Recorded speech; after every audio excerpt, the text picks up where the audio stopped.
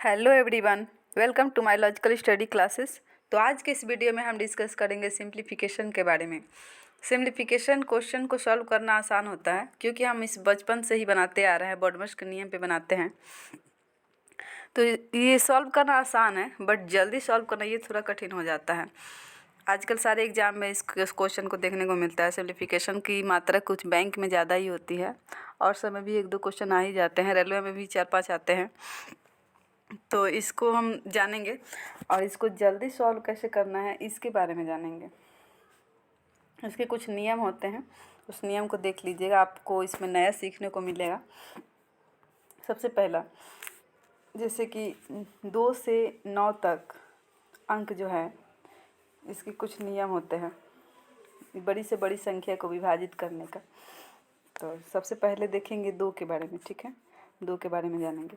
तो वीडियो को शुरू करने से पहले जिन्होंने भी इस चैनल को सब्सक्राइब नहीं किया है वो कर लेगा और लाइक और कमेंट कर दीजिएगा, बेल आइकन दबा दीजिएगा ताकि नोटिफिकेशन आपको मिलेगा, ठीक है। चलिए शुरू करते हैं। सबसे पहले ये 2 वाले नियम है, ठीक है। फर्स्ट नंबर, इसको आप नोट कर लीजिएगा, अच्छा रहेगा, ठीक है, याद रहेगा। जैसे देखिए, कह रहा है कि यदि किसी संख्या के इकाई अंक 0, 2, 4, 6, 8 से शुरू हो तो संख्या 2 से पूर्णतः विभाजित हो जाती है। जैसे कि मान लीजिए आपको संख्या दी गई है, कोई भी अंक दिया गया है, वो आपको मान लीजिए 4, 6, 2, 5, 0 दिया है, ठीक है। तो लास्ट में 0 दिया है तो ये पूर्णतः 2 से विभाजित हो जाएगी। इसको काटिए, 2, 3, 1, 2, 5 कट गया, ठीक है। ऐसे ही कोई भी अंक दिया हो, कोई भी दुनिया का कितना भी बड़ा अंक दिया है, लास्ट में अगर 2 दिया है, 4 दिया है, 6 दिया है, 8 दिया है तो निश्चित रूप से 2 से कट जाएगा, ठीक है। तो ये नियम होता है। मान लीजिए एक और क्वेश्चन देख लीजिए, जैसे 3 दिया है, 4, 8, 9, 2, 4, ठीक है। तो ये लास्ट में 4 दिया है, इसको काट दीजिए, 1, 7, 4, 4, 6, 2 कट गया, 2 से कट जाएगा। ये भी 2 से कट जाएगा क्योंकि लास्ट में 2 है। तो इस तरह से ये 2 के नियम है, ठीक है। इसको नोट कर लीजिएगा, अच्छा रहेगा, याद रहेगा। चलिए आगे चलते हैं। अब देखिए 3 के नियम। 3 के कुछ नियम होते हैं। कह रहा है कि 3 किसी संख्या के सभी अंकों का योग 3 से पूर्णतः विभाजित हो तो संख्या भी 3 से विभाजित हो जाएगी। मान लीजिए कि कोई भी कितना भी बड़ा अंक दिया है, जैसे मान लीजिए दिया है 3, 4, 6, 2, 8, 5, 3, 2, ठीक है। अब इसको काउंट कीजिए, कितना हुआ, ये 7, 7, 13, 15, 15 हो जाएगा और 23 हो जाएगा, 28 हो जाएगा, ये 28, 31 और 33, ठीक है। पूरा काउंट कीजिएगा तो 33 आ गया। तो 33 क्या हुआ, ये 3 से विभाजित हो जाएगा 11 बार में। तो इसका मतलब है कि ये पूरा अंक 3 से विभाजित कर सकते हैं, ठीक है। कोई भी कितना भी बड़ा अंक है उसको काउंट कीजिए। अगर वो ऐसा संख्या आता है जो 3 से विभाजित हो रहे हैं, मान लीजिए 27 भी आ सकता है, 18 भी आ सकता है, 3 से कटने वाला अंक आना चाहिए, तो वो समझिए कि पूरा अंक जो है 3 से कट जाएगा। समझ में आया? चले आगे, इसको नोट कर लीजिएगा। चलिए आगे चलते हैं। इसको देखिए, ये 4 वाला नियम है। कह रहा है कि यदि किसी संख्या के दाहिनी ओर के 2 अंक शून्य हो या 4 से विभाज्य हो तो पूरी संख्या 4 से विभाजित होती है।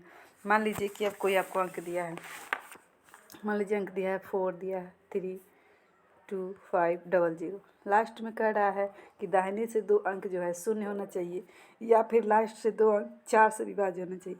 जैसे मान लीजिए दिया है 5, 6, 8, 5, 0, ये दोनों 4 से विभाज्य होगा, यानी पूरा ये अंक क्या होगा, 4 से विभाजित हो जाएगा। इसी तरह कोई भी अंक उठा लीजिए, कोई भी लास्ट में 2 शून्य होना चाहिए या फिर 4 के से विभाजित होने वाले 2 अंक होना चाहिए।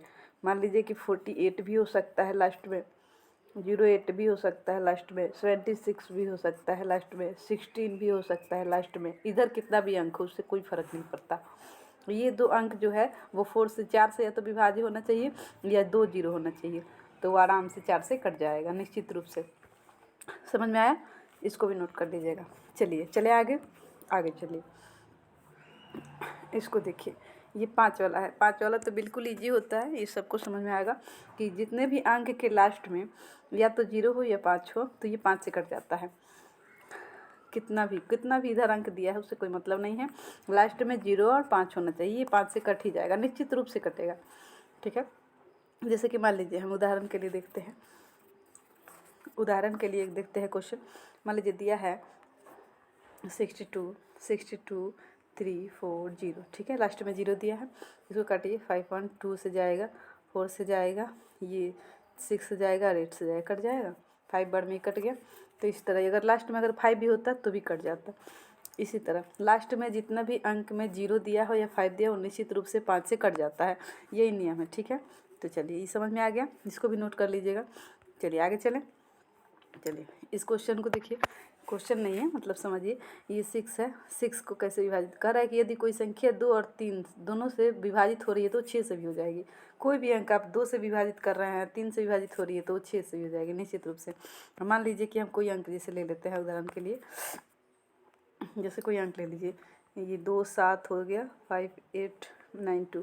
अब हम 2 के नियम में देखे थे कि लास्ट में हो जाएगा 0 2 4 6 8 होना चाहिए, तो निश्चित रूप से आपको पता चल रहा है कि 2 से कट जाएगा। तो 3 से भी काट के देख लीजिए, ये 9 बार में जाएगा, ये 1 बार में 29 27 36 18 4 12 3 से कट गया। ठीक है, तो इसका मतलब है 2 से भी कट जाएगा और 3 से भी कट गया, तो इसका मतलब है कि ये 6 से भी कट जाएगा। ये नियम होता है, समझ में आया?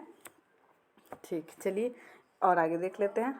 इस क्वेश्चन को देखिए, ये 7 वाला नियम है। कह रहा है कि यदि कोई संख्या एक ही अंक के 6 बार लिखने से बनी हो तो संख्या 7 से निश्चित रूप से विभाजित होती है। देखिए ये कितना मस्त फैक्ट है। मान लीजिए कोई भी अंक हो, अब बड़ा से बड़ा कैलकुलेशन आप कर रहे हैं, तो जैसे मान लीजिए 4 4 4 4 6 लिख दिया 6 बार, और इसे 7 से बोल रहा है विभाजित करने के लिए, तो आप समझ जाइए कि ये निश्चित रूप से कटेगा ही कटेगा 7 से। अब पहले ही मान लीजिए, अब ये रूल हमको पता नहीं है तो हम डर जाएंगे कि कटेगा कि नहीं कटेगा। ये तो लास्ट में 4 दिया है, ये 7 दिया है, तो कैसे कटेगा? लेकिन ऐसा कुछ नहीं है। ये याद कर लीजिए कि अगर लगातार कोई अंक आ रहा है 6 बार आएगा तो वो निश्चित रूप से 7 से कटेगा, चाहे कोई भी अंक हो। या तो 4 4 ले लीजिए, या 1 1 ले लीजिए, 2 2 ले लीजिए, 3 3 ले लीजिए, कोई भी अंक ले लीजिए, वो कटेगा ही कटेगा। निश्चित रूप से ट्राई कर लीजिएगा। मान लो 3 3 3 3 कर लीजिए, 6 बार ये भी कटेगा 7 से। ठीक है, काट के देख लीजिएगा। ठीक है, तो ये 7 का एक नियम होता है, याद रख लीजिएगा। चलिए आगे चलें। ये 8 का देखिए नियम। कह रहा है यदि संख्या के दाहिनी ओर से 3 अंक या तो शून्य हो या 8 का गुणज है। ये 3 अंक को बोल रहा है, लास्ट में 3 अंक जो हो वो होना चाहिए शून्य, या 3 अंक जो है वो 8 का होना चाहिए विभाज्य। जैसे देखिए एग्जाम्पल के लिए ले लें,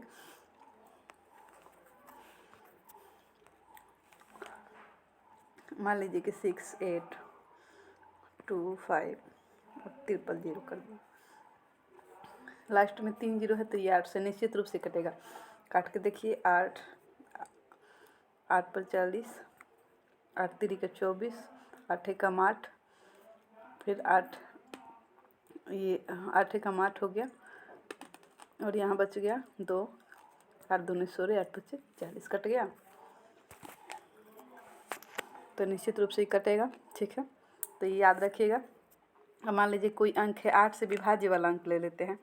मान लीजिए दे दिया है कि 1 1 5 6 9 2 0 8, ये 8 से विभाज्य हो जाएगा।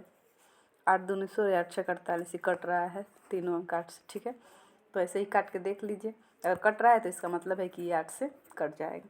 ठीक है, समझ में आया? चले आगे। चलिए उसको देखिए। इसमें कह रहा है कि यदि किसी संख्या के सभी अंकों का योग 9 का गुणज या 9 से पूर्णतः विभाजित हो तो पूरी संख्या 9 से विभाजित हो जाएगी। सेम टू सेम जैसे कि 3 के लिए हम लोग लिए थे कि 3 को पूरा जोड़िएगा, पूरा भी कोई भी अंक हो अगर काउंट कीजिए, अगर 3 से कट जा रहा है, जो भी आ रहा है उसको जोड़ जाड़ के, और वो 3 से कट जा रहा है तो वो 3 से विभाज्य हो जाएगा। उसी टाइप का ये भी है कि कोई भी अंक है, अगर उसको पूरा जोड़ने पे ऐसा अंक आ रहा है जो 9 से विभाज्य हो रहा है तो वो 9 से कट जाएगा। अब देखिए, मान लीजिए कि हम एग्जाम्पल के लिए ले लें, एग्जाम्पल के लिए ले लीजिए कि 4 1 2 8 8 4। ठीक है, अब इसको हम काउंट करेंगे। 5 हो जाएगा, 7 हो जाएगा, 15 हो जाएगा, 15 और 23 हो जाएगा, और 27 हो जाएगा, यानी कि टोटल जोड़िएगा तो 27 हो जाएगा। ठीक है, तो 27 9 से कट जाएगा, 3 बार में कटेगा, तो यानी कि पूरा ये 9 से विभाज्य हो सकता है। कोई भी अंक है अगर उसको पूरा ऐड कीजिएगा और ऐसा अंक आएगा जो 9 से विभाज्य हो जाएगा तो यानी कि ये पूरा अंक 9 से विभाजित हो सकता है। ऐसे ही सेम 3 वाला में भी केस था, ठीक है। तो ये दोनों का सेम केस है, तो याद रखिएगा। चले आगे, चलिए, ठीक है। तो ये हमारा 2 से लेकर और 9 तक कुछ नियम था, इसको ज़रूर याद रख लीजिएगा। ये इसको याद कीजिएगा तो बहुत आसान रहेगा आपके लिए, कैलकुलेशन में आसानी होती है, ठीक है।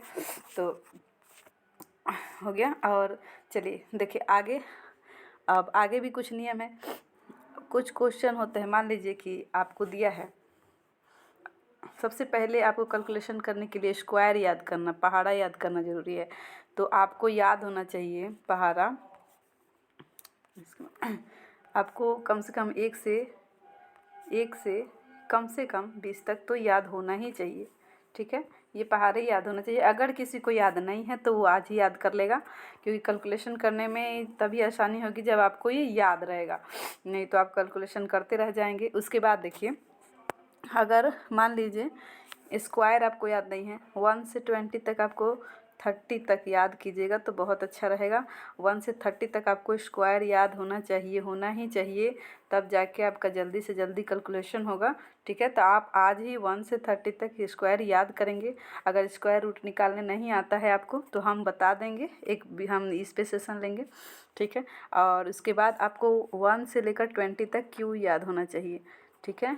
ये निश्चित रूप से याद कर लीजिएगा, ये एकदम आपको कंठस्थ होना चाहिए, याद होना चाहिए, तभी आपका कैलकुलेशन जल्दी हो पाएगा। तो ये सब आप काम कर लीजिएगा आज, ठीक है। आज नहीं हो पाएगा, 2 दिन समय लीजिए, लेकिन इसको पहले से पहले इसको याद कीजिए। ये सब तीनों को याद करना बहुत ज़रूरी है। और उसके बाद एक और चीज़ ज़रूरी है परसेंटेज। हम आपको परसेंटेज जब पढ़ाए थे तो उसमें बताए थे कि परसेंटेज को याद करना कितना ज़रूरी है। मान लीजिए कि आपको दिया है 25 स्क्वायर, 14 का स्क्वायर,